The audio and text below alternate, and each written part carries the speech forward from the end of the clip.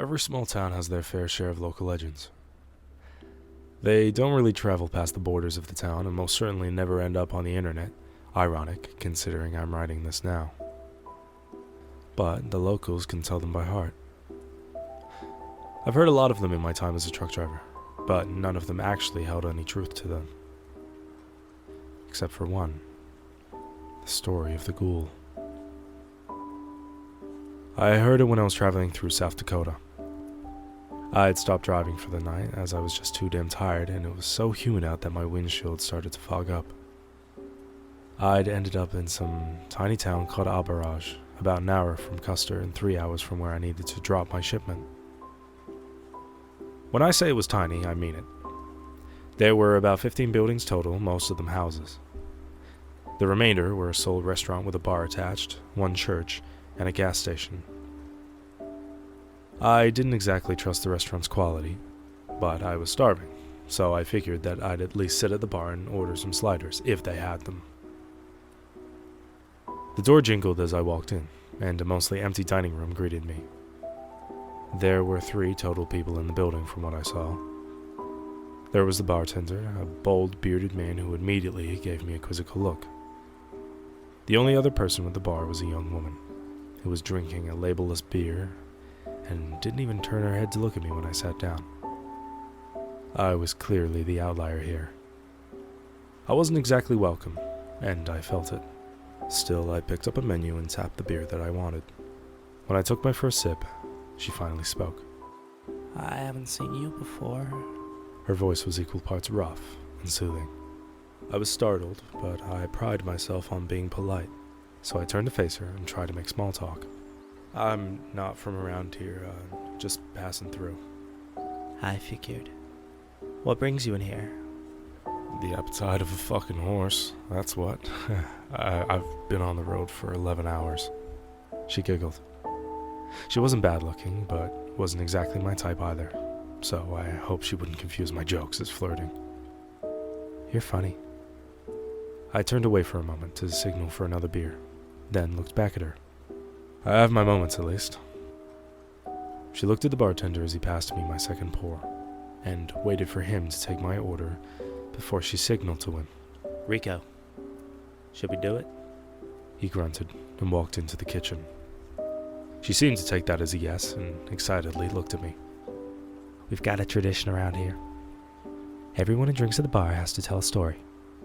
It's nothing crazy, but we only have 23 people living here, so we're always itching to hear something new. I'm not a very interesting person of all things considered.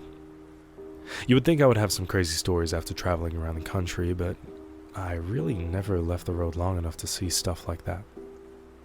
Still, I wanted to put on a good show, so I decided to tell them a story about the first time I saw the ocean. As I munched on my onion rings, I tried to make it as fantastical as possible, and admittedly embellished the details a bit. I'd never actually seen a killer whale before, but they didn't need to know that. By the looks of it, the woman was captivated with the story, and sat there the whole time with her chin in her hands and her bright eyes trained on mine. I finished spinning my tale and turned back to face the bar, placing a 20 on the counter as a tip. I was about to say goodbye when the woman halted me with a slight smirk on her face. You got a good speaking voice. Thanks for telling us your story. I want to tell you one too. I was dead tired, but my manners prevented me from refusing. So I smiled and signaled to her to continue. It's the same one I tell everyone who comes through here, because it's the one that sticks with you the longest. I nearly jumped out of my chair when the bartender finally spoke. It wasn't even directed at me, but it caught me off guard. The one about the ghoul again. Yes, sir. Unless you've got a better idea. He remained silent. She looked at me and began to tell her story. The ghoul was a local ghost story about something that haunted people who passed through the town. It was a long, pale figure that would only speak one word at a time. It would start haunting someone once they heard its story, and wouldn't stop until they were dead. I sat there relatively entertained as she described the ways that the ghoul would make people go missing, but I obviously wasn't buying it. But you want to know how you can be sure that the ghoul is after you? How's that? It makes you see stuff, man. Stuff that isn't really there. It'll make you see it. Feel like it's real. To me, this story just sounded like a bad drug trip, or an excuse to get me to stay in town. I was blinking in and out of consciousness when she finished, and I decided I'd head back to the motel before she decided that story time would continue. Well, I'm gonna call it a night. You folks have a good one. She stopped smiling and just blankly stared at me. I got up and walked towards the door, pushing it open with my foot. Hey, one question before you go. I sighed and turned around. I just wanted to go to bed. Yeah, what's up? You can see us, right? I wasn't sure if I'd heard her wrong, but what I heard was a weird-ass question indeed. Who was us? Her and the bartender? Of course I could see them, they were right there. She was starting to creep me out. Well, good night. My brow furrowed, and I walked out the door. Whatever was going on with that woman, I wanted no part of it. She'd been pretty nice up until that point, too. I have no idea where all of that suddenly came from. I wasn't exactly in the mood to ponder it further, so I began walking down the streets towards the motel. As I walked, I thought about the story she told me. Why was that the story she told the people who passed through town? Some sort of scare you into staying tactic like I guessed, maybe? I wasn't sure. I unlocked the door to my room, and after brushing my teeth, tucked in for the night.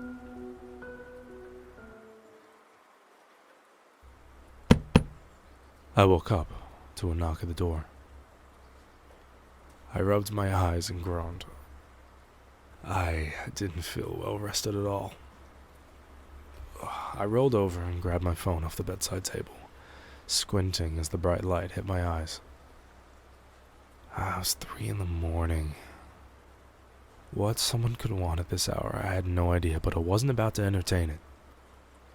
I put my phone back and shut my eyes, hoping that whoever was there would go away. The second knock jolted out whatever grogginess I had left in my system. It was much louder than the last one, like someone had slapped the palm of their hand onto the door. I jumped out of the bed and laid on the floor, hoping that they wouldn't try the handle. I had to get to the door and lay against it. Whatever unsavory character was trying to open it was still pounding, and I didn't have the confidence that the shitty motel door would hold. I crawled on my hands and knees to the other side of the room, and as my bare back pressed against the cool, scratched wood, the pounding suddenly stopped.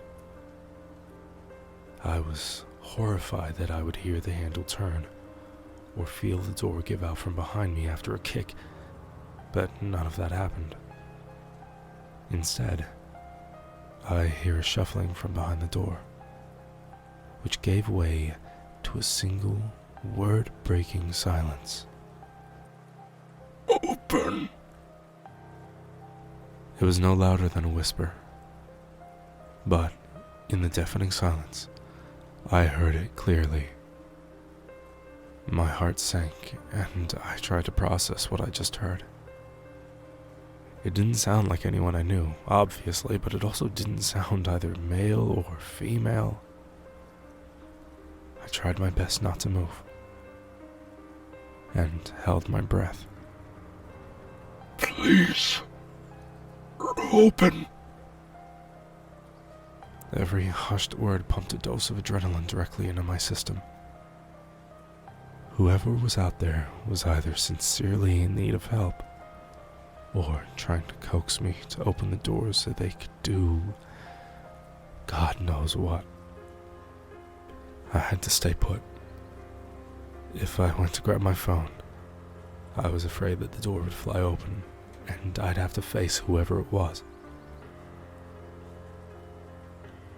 I sat there for what felt like hours. I was starting to fall asleep again, much to my dismay. I heard footsteps walking away from the door. I inched away from the door as they got quieter, and I was almost at the bedside table when I looked up. The bathroom door, which was open before I went to bed, was now closed. I froze, unsure of what to do. When the pounding started from the other side of that door, I shot up, grabbed my phone and keys, and sprinted towards the bedroom door. As I flung the door open, I heard heavy footsteps not far behind me, along with a familiar voice. No. No. No. It kept repeating it so calmly, following behind me. I bolted down the stairs, running through the parking lot towards my truck. As I jumped into the driver's seat, I felt something hit the door. I didn't want to turn. I didn't want to look, but I did. Standing outside my door was a twisted face. The eyes were the size of baseballs and were peeled open, fixed directly on me. The mouth hung open, as if the jaw couldn't close at all. It didn't have a nose, or ears, or any other features on its face. We sat looking at each other for what was most likely seconds, but may as well have been eons. Without moving its gaping mouth, it spoke. See me. By this point, I'd pieced together what was happening, and jammed the keys into the ignition. I floored it onto the road, and didn't breathe until the town was nothing but a faint light in the distance. I was exhausted, and could barely keep my eyes open. I yawned and slapped myself on the cheek in an attempt to wake myself up, but could feel myself drifting off. But I was feeling something else too. A sense of dread, right in the pit of my stomach. Taking my eyes off the road, I cautiously turned my head to the left. It was still there. Its head was directly centered in my window now, smiling at me. I swallowed the urge to scream and looked back at the road. It couldn't get in. It couldn't affect me if I didn't look at it. But what it could do was talk. In its low, haunting voice, punctuated with guttural growling. You see me. It repeated that for hours. I'd almost forgotten what silence was like by the time the sun rose. As the dawn broke and the light began to fill my eyes once again, it went quiet, and only the sound of my tires traversing the bumpy road remained. I looked to the left and saw trees through my window. Nothing was blocking it anymore. I arrived in Dupree shortly after, and didn't even help the workers unload the shipment. I just sat in the driver's seat, smoking a cigarette and thinking to myself. When someone knocked on my window, I nearly had a heart attack. It was the factory supervisor who I'd called to sign off on the product. You doing okay? A couple of my guys said you weren't looking so hot. I cleared my throat and put my cigarette out in the ashtray. I looked over at him and managed to smile. Yeah, I'm alright. A long night, though. I barely got any sleep. I had to leave at 3 a.m. 3 in the morning? Well, how far away with you that you only now just got here? I opened the door and stepped out onto the gravel, holding my clipboard. It felt good to make small talk after what I'd just been through. I was in Alaraj. Odd little town for sure. Alaraj? Never heard of it. I looked at him, expecting him to be kidding me. His brow was furrowed and he looked concerned for me, if anything. I pulled out my phone and showed him my delivery tracking app, which had marked where I'd stopped for the night. It's right about here. He looked away from the phone and at me, with serious concern on his face. You know, I've been hunting out there. There's nothing but woods for miles.